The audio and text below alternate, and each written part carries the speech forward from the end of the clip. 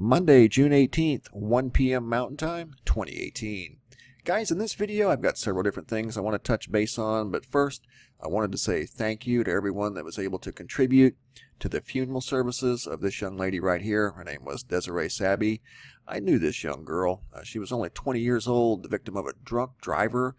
She collided with a man that was asleep at the wheel, parked his car in the middle of Interstate 17 southbound in Phoenix, and as she was coming home from work the weekend of June 9th, she perished instantly as she hit his car as he was asleep at the wheel in the middle of the interstate. Very sad situation. She was the cousin of my stepdaughters, and they were all very close, and they took this very, very hard. So I wanted to say thank you to everyone that contributed. You did a good thing for somebody good, and you made it happen. You made it happen. She was laid to rest this past Saturday at the Light of Christ Church in Gilbert. So I wanted you guys to know that, and I wanted you to know that you made a difference. She was the sibling of an older sister and a younger brother. They were responsible for laying her to rest, as they were her closest family members, and they were not prepared, like no one is. And they were able to get it done because of your kindness. So again, I wanted to say thank you. You did something good for someone good. Good job. Now, on to the news that I wanted to share with you guys. Just some observations. One, I'm here at the website, link below, mrmbb333.com. The Schumann resonance. I wanted to show you guys some energy patterns that were on here yesterday, and they're on here at the same exact time again today. Almost the same style. Some sort of a weird wedge is showing up on the graph. The Schumann resonance is the frequency of planet Earth. It's a constant, not a variable. And what we're seeing here, like we've seen in the past, but not very often, we're seeing variable forms of energy. A lot of people on Earth are sensitive to the Schumann resonance. And oddly enough, it's at this same weird angle that we're seeing almost 24 hours ago, and it's happening as I do this video. This link and many others with real-time data you can find at the website, link below, mrmbb333.com. I wanted to talk about this rainstorm that's been parked over. It's actually not been parked, it's been moving. I'm here at the GOES 16 satellite instrument, and it's been raining over Minnesota, Wisconsin, and Michigan. It's created quite a mess in different parts of Wisconsin and Michigan, washing away roads, bridges, a lot of flash flooding emergencies, even records being set. But one thing I don't understand, and I'm looking at the pictures, I see the flooding, I see the roads being washed away. In fact, I'm going to take you to look at the sinkholes. There were 60 reported sinkholes throughout the Wisconsin, primarily in Michigan area. Big overpass here washed completely away. I mean, to me it looks like more than 7 inches of rain. Especially here, look at this. This is right in the middle of town. What this reminded me of was what we saw in Ellicott City just a few weeks back, where they got 8 or 9 inches of rain in less than 2 hours. So that created an unbelievable scene. This rain here, don't get me wrong, I'm not trying to downplay it at all. I see the pictures. Trust me, I sympathize with you guys. I'm on your side. It's just 7 inches of rain over the course of, an hour or two. I could, possibly see like an Ellicott City situation. But what I'm seeing is 7 inches of rain over, a day or two. I'm even looking at the river graphs. That's the only reason I'm bringing this up in this context, is because the rivers aren't showing major flooding. Minor, that's a river close to the area that got nearly 7 inches of rain. And some areas, I want to go back to this real quick, are reporting record rain of 2.5 inches. Well, I've never seen 2.5 inches of rain do that. That's all I'm saying. And if you look at the river graphs, you'll see that none of these river graphs are at record flood stage. But yet we're seeing record flooding. So it's just kind of a weird observation. That's all, guys. That is just bizarre looking.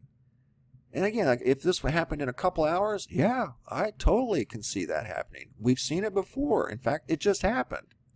But none of the river gauges in the area are at record levels, at least yet. Maybe that's to come later, I don't know. But you can see some activity where the rivers have risen, but they're not in a major flood state.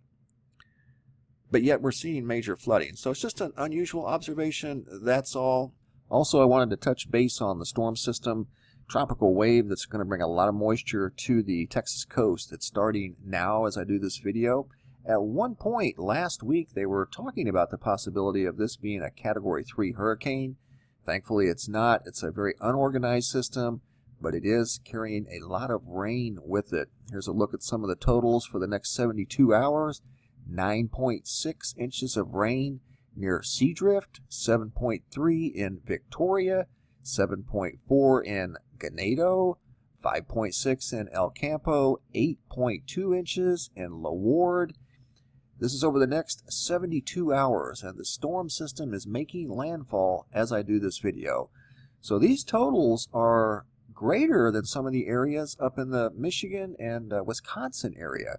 Some are less, some are greater. So they could see some flooding, flash flooding along the Texas coast. Just a big heads up, guys. The storm is making landfall as I do this video. A big meteor on something different here. A big meteor came in over Germany less than 48 hours ago. Actually, Northern Europe saw a bright fireball. The night of the 16th, some are saying that it was as bright as the sun. Pretty incredible. One thing I want to touch on at the website as well that I forgot to mention earlier, and that's the seismographs. Some of these seismographs are showing some very unusual signatures, and some of these other ones are quite normal, classic earthquake signatures. But I wanted to show you a couple. This one's an earthquake, and I think this one's the volcanic eruption. And I just wanted to show those to kind of show you the differences. And this is a earthquake in Japan. Unfortunately, this earthquake here did a lot of damage because it was so shallow. I think it ended up being a 6.1, but did quite a bit of damage over in Japan.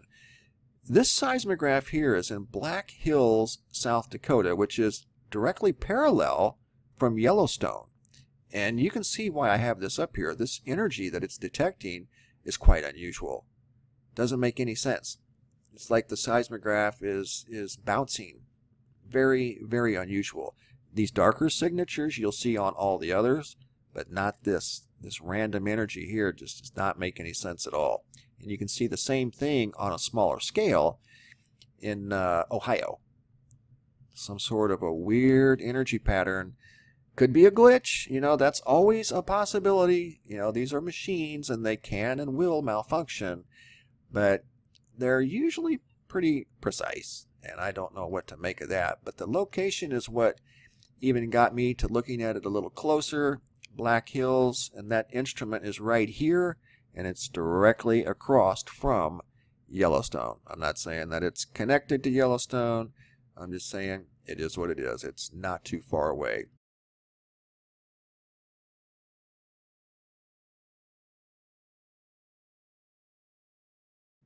See that? That's a fireball. Right there. Went right over Georgia, northern Florida, all through the entire state of Georgia, into Tennessee. That's a classic fireball signature. Whether it is or not, I don't know. It looks like it just happened a little over an hour ago. So I don't know if you guys can confirm that or not. Did anybody see a fireball over Georgia? That's exactly what that looks like. Especially over central Georgia. Probably not since it's still daylight. But that's a classic fireball signature over the state of Georgia here on this instrument, the GO 16. You don't see it on here very often. But that's exactly what that looks like. Classic fireball right over the state of Georgia. Just a couple hours ago. So that would be around 4 p.m., 3 p.m. Eastern Standard Time. I'll check the American Meteor Society and see if there's any reports that do come in. But that does look like a classic fireball. Just saw it too. All right, guys, thanks for watching. Have a super day, and I wanted to say thanks again for your help. You made it possible. Thanks for watching, guys. Have a super day, and be safe out there.